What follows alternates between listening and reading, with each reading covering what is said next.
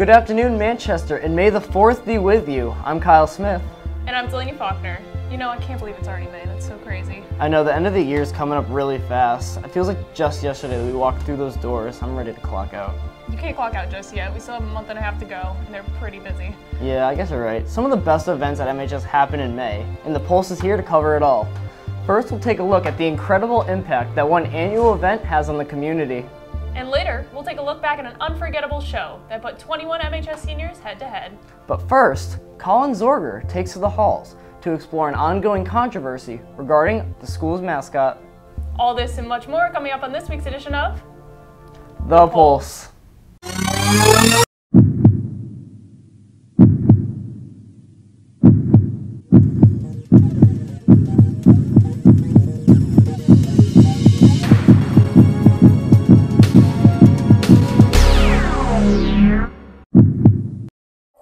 Once a year, groups from all over the nation spend the day improving the homes of those who aren't able to do so themselves in an annual event known as Rebuilding Together.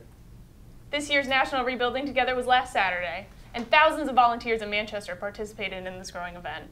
Among those volunteers was a group of over 100 MHS students, and Jake Ruby was there just to show us how important their work was. Rebuilding Together has been in partnership with Manchester since 1992, and the program has worked to restore over 1,300 homes over the years. This nonprofit program continues to make a positive impact in many communities. On Saturday, April 28th, Manchester took part in their mission of repairing homes, revitalizing the community, and rebuilding lives. People in the community with whatever they need in their yards or their houses. So it could be painting decks, it could be picking up sticks, cleaning up leaves, just to make their houses look nicer in the community. Each group of volunteers were assigned a home to help clean up. We went over to Coleman Street to capture one of these groups in action. I'm participating because I feel like it's just a really good opportunity to help people in Manchester, and it really brings the town together. And you know, there's a lot of people who want to have beautiful homes and yards and they can't do it themselves, so it's just a great feeling to be able to help somebody have that.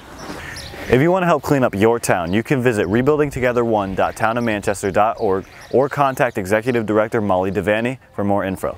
From The Pulse, this has been Jake Barabee reporting. While I couldn't go this year, I've been a part of Rebuilding Together before, and even though it's a lot of work, I gotta say it's really worth it. Yeah, it seems like a great way to get back to the community, and I definitely think it's a great tradition for all of Manchester. And it wouldn't be possible without the local businesses that sponsor this event. Last week was actually Small Business Week in America. Really? Oh. In honor of that, Andrew Suey shows us one local music shop that has been inspiring and educating students since 1954. Beller's Music on 881 Main Street in Manchester offers a variety of services. One of the great things about our shop is that we are a comprehensive music store. We have instruments for sale and rent. We have music lessons by professional teachers. We have repairs done by experts. And our accessories are extensive. Another crucial part of this small business is the teachers. Everybody learns differently. Everyone's motivated in a different way. So if I can teach them so then they understand it and they grasp it, then I won. I've done my job. The next chord that we're going to want to learn is a C. So we'll take our first finger and we'll put it on the first fret of the second string. You can achieve anything that you want to. You just got to do it, and you have to motivate yourself to do it and believe in yourself. I think that's the most important thing, is believing in yourself. Though known as just a small business, Beller's Music has a large impact on the Manchester community. From The Pulse and from Manchester, this has been Andrew Suey reporting. Beller's Music is currently nominated for the best place to buy a musical instrument in the Hartford area. And you can support this local business by voting at www.ctnow.com/bestof/Hartford poll. I've been in the school band since 4th grade, and I've seen firsthand the importance of music stores just like Beller's. Yeah, I've actually taken lessons at Beller's, and being an orchestra student, it was definitely really beneficial. Well, we're going to take a quick break, but when we get back, we'll highlight a sports team that is not always talked about, but has a lot of success recently. First, a very important message, so stay with us. Seriously. No, same. Like, my mom literally looked at my feet the other day and said, I will give you $20 for each prom. No, we should go together. Do you want to? Yeah, but it's tonight, so I don't know how that's gonna work. Yeah, I don't know. I take forever to get my makeup on. I was gonna say, like it's gonna take the majority of hours. the time. And putting on fake eyelashes is a struggle. But it'll be worth it. Yeah. Prom's gonna be really fun. I don't know why everyone gets so hyped up about the after party. Like, Yeah. it's not that cool. I mean, it should be fun. Yeah, like, prom's where it's at. You know? I'm excited. Me too.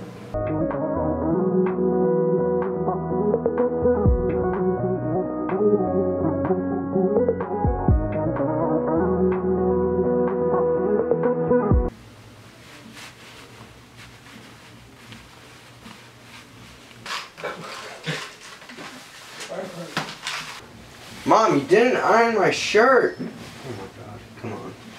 I don't care anyways. Just get through the prom, go to the party.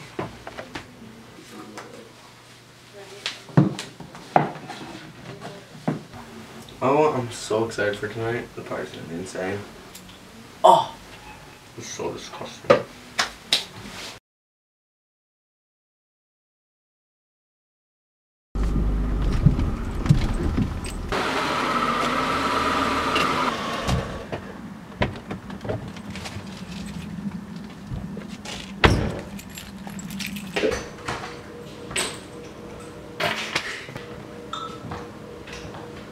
Yo, what's up?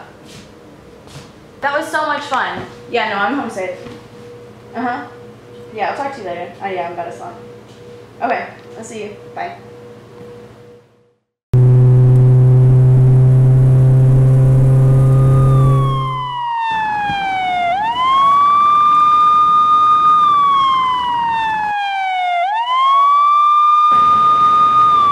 Where are you coming from tonight?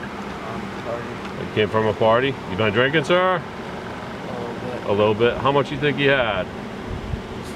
Just a little bit? What's a little bit to you? A few cans of beers? Okay. Just leave the car off. I'm gonna have you step out. We're gonna make sure you're okay to drive this evening, okay?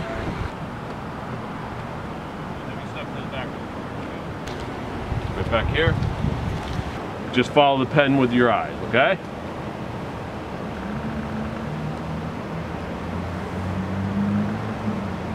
Your head, your foot back towards your face and look at your toe. Count out loud each in the manner I told you. You understand it? Yeah. Go ahead and begin the test. 7 1,000. 9 1,000. 10 1,000. Right here, right now. You are under arrest for DUI, okay?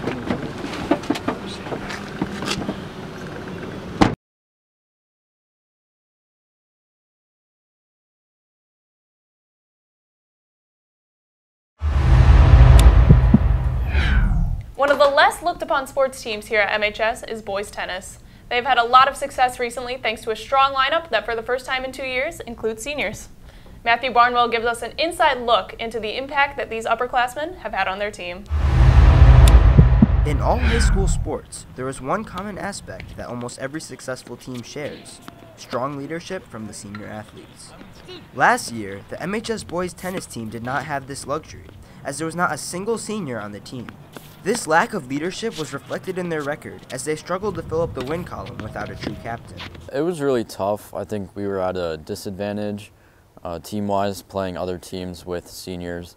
One offseason has made the difference, though, as the team now has several seniors and a dramatically improved record as a result.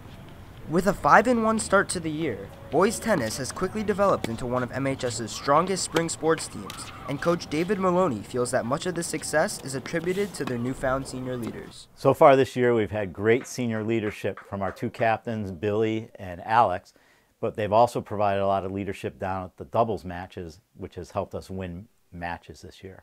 It is not just the coach that notices this drastic improvement in the team, though. Senior captain Billy Affini knows that this year's team has the potential to go on a deep run. We're going to be more into it now because we need like 4 more wins to go to states, and we have some easy teams coming up, so we know we can do it. Behind the strong leadership from this year's senior class, the boys tennis team looks to continue their hot start and make it all the way to states. From Manchester in the boys' home court, this has been Matt Bonner reporting. The tennis team is now about halfway through their season and is on pace to make the state tournament. The team's next match is Monday in Ellington as the Indians take on the Falcons. Wait a minute. I don't think we use the Indians anymore. Didn't they change that? I'm not sure. I've seen a bunch of logos around the school, but I mean, even our fan zone is called the Tribe, so it's definitely part of MHS. All I know is that the Indian mascot has been widely debated across MHS. Even at the TEDx conference a few weeks ago, there was a hot topic of conversation. Well, I think the whole school is looking for answers on this one, and luckily we have some. Here's what our very own Colin Zorger discovered in his investigation. I understand how some could view this as a racial issue, but I understand that it's not, and I like that we are the Indians. To be honest, I don't think it's offensive. I think we should just keep it. I think the Native American mascot we have is very discriminatory. I think it should be changed. We're a lot better than that. We're very diverse, so whatever mascot works for everybody. I understand why people are offended by it, but I also don't think it's something we need to change. I could really go either way on it. Many students associate the mascot as a symbol of school spirit. However, opinions on this matter have shifted over the years, with some looking to change the mascot altogether. This year's TEDx conference opened up this discussion, sparking debate among students. Social studies teacher and director of the TEDx conference, Mr. Joshi, thinks this conversation is for the better. Great to use that as a segue to talk about this important issue of whether or not we should have a mascot that with the name of Indians, and does that actually insult Native Americans? One student advocating to change the Manchester logo is Salmera Estrosas.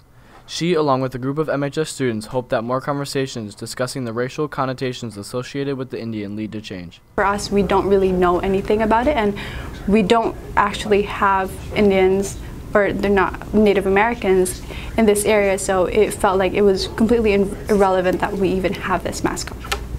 It is without question that in the debate between school tradition and discriminatory symbol, MHS has yet to come to a consensus. I know that we're sort of officially distancing ourselves with certainly the Native American head, the image, so I would love for us to either use a different mascot that we can all get behind, or openly embrace this one. I hope that the students under us, like all the juniors and all the freshmen especially, would get involved and see how important this is, not just for the Native Americans, but for MHS.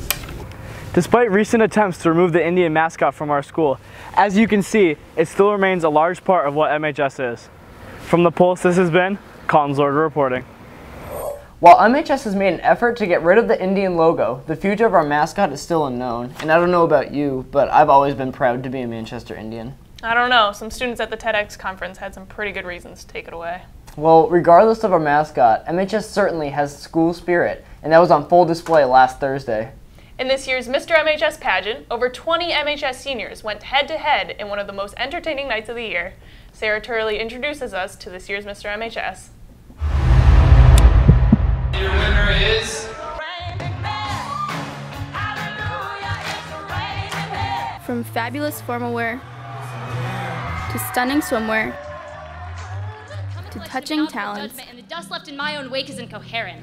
Manchester High School's men rained down on Bailey Auditorium on April 26th.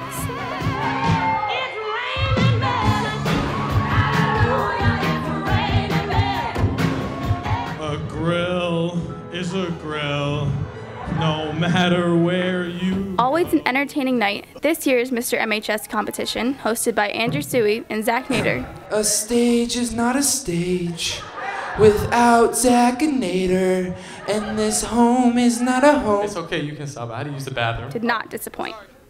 As much fun as the event was, however, it was still a competition, and at the end of the night, someone had to be crowned Mr. MHS. Jake Bolduc took home a big win in the umbrella competition. It's cool winning it. I put a good amount of effort into my umbrella, and I thought my idea was strong, but... Joey Pearl finished as second runner-up. Take me on, I'll be gone in a day or two. And the first runner-up was Drew Higgins. To remind you of my love, da da da da da, da da da da da da da da da. But the contestant that won the hearts of the judges and the audience that night was Manchester High School's 2018 Mr. MHS. Reño Fuentes!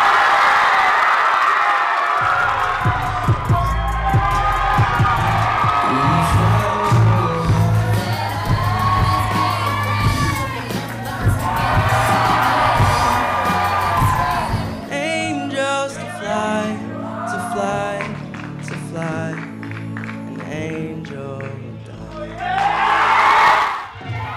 This year's Mr. MHS certainly was awesome and one for the ages.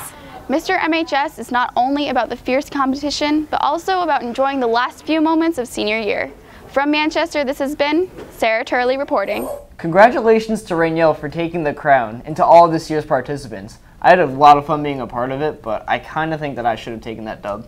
You were great, but I have to say, it was over the second Rainiel chose me to be his escort.